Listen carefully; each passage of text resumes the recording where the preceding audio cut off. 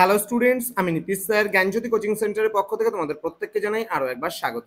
তো স্টুডেন্টস, আজকে আমি তোমাদের সঙ্গে আলোচনা করবো সিবিসিএস এর 6th সেমিস্টারের ডিএসই বেঙ্গলি একেবারে লাস্ট মুহূর্তে স্মার্ট সাজেশন নিয়ে আজকে আলোচনা করব।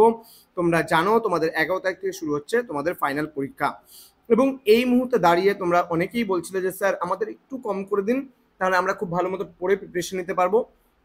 তো তোমাদের কথা চিন্তা করেই কিন্তু আজকে এই কম করে সাজেশনটা নিয়ে আসার। বাংলা এমনিতেই টেক্সচুয়াল বেশি পড়তে হয়, কিন্তু আমি 6টা সাজেশন না দিয়ে বাকি সাবজেক্টগুলোতে প্রত্যেকটাই 6টা করে দিয়েছি, কিন্তু শুধুমাত্র বাংলার জন্য কিন্তু 6টা থেকে 8টা সাজেশন আমি কিন্তু তোমাদেরকে প্রোভাইড করব। তার কারণ যদি 8টা প্রশ্ন পড়ে না যাও তাহলে রিস্ক হয়ে যাবে।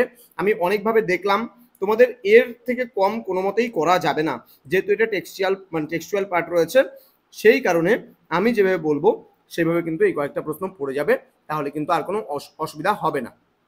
দেখো, সবার প্রথমে আমি তোমাদের বলে রাখি, সুবর্ণলতা উপন্যাস থেকে আমি 4টে প্রশ্ন তোমাদের দিয়েছি। সেই 4টে প্রশ্নের মধ্যে একটা 12 নম্বরের প্রশ্ন কিন্তু তোমরা পাবেই পাবে। ক্লিয়ার? আমি বিস্তারিত আলোচনা করব ক্লাসটিতে।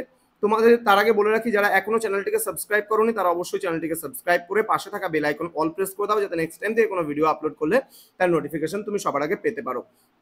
এছাড়া অনলাইনে তোমরা যারা ভাবছো আমাদের সঙ্গে যুক্ত হবে, নোটসপত্র সমস্ত কিছু নেবে আমাদের কাছ থেকে, তারা অবশ্যই যোগাযোগ করবে আমাদের অফিসিয়াল নাম্বার 7076398606 নাম্বারে, অথবা 6295916282 নাম্বারে।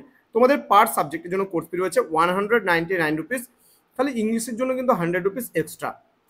ওকে, চলো শুরু করছি আজকের এই ক্লাসটা। শুধুমাত্র 12 নম্বরের একেবারে স্মার্ট সাজেশনে তোমার প্রিপারেশনটাকে আরও বেশি স্মার্ট করতে আমরা কিন্তু এই সাজেশনের উপস্থাপনা করেছি।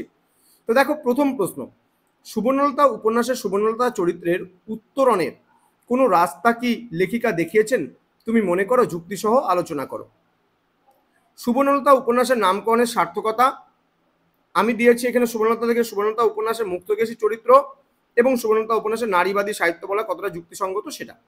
অর্থাৎ সুবর্ণলতা থেকে আমি 4টা প্রশ্ন দিয়েছি, একটা প্রশ্ন যে কোনো তোমাদের আসবে, এটাকে আমি একই হিসাবে ধরছি, কারণ সুবর্ণলতা থেকে তোমরা যদি মোটামুটি পড়ে নাও, নামকরণের সার্থকতাটা একটু পড়ে নাও, বাকি এই যে প্রশ্নগুলো, এই প্রশ্নগুলো একটু বানিয়ে লেখা যায়।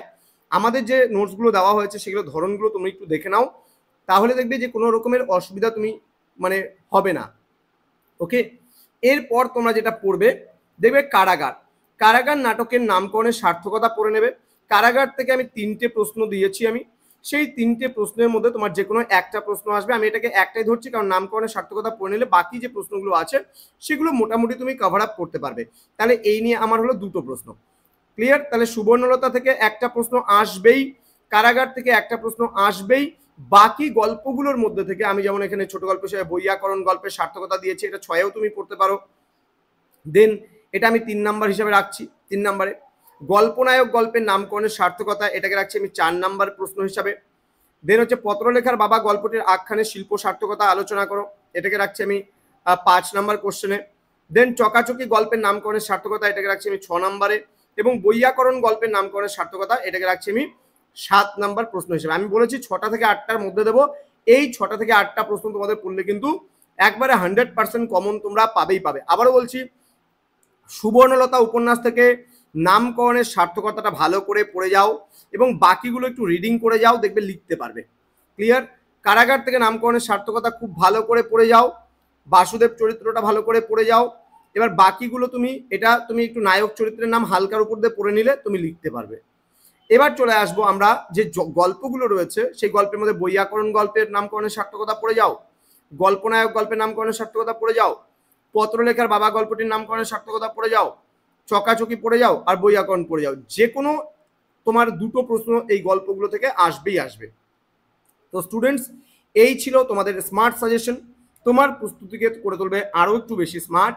তো আজকে তোমাদেরকে ডিএসই বাংলার পার্ট 1 সাজেশন দিলাম, যেখানে 12 নম্বরের মাত্র 6টা থেকে 8টা প্রশ্ন পড়লে কিন্তু তোমাদের হয়ে যাবে। দেখা হচ্ছে খুব তাড়াতাড়ি তোমাদের সঙ্গে আরও কোনো নতুন ভিডিও নিয়ে, নতুন কোনো টপিক নিয়ে। তোমরা প্রত্যেকেই ভালো থেকো, সুস্থ থেকো। Thank you so much, thanks for watching after all, thank you.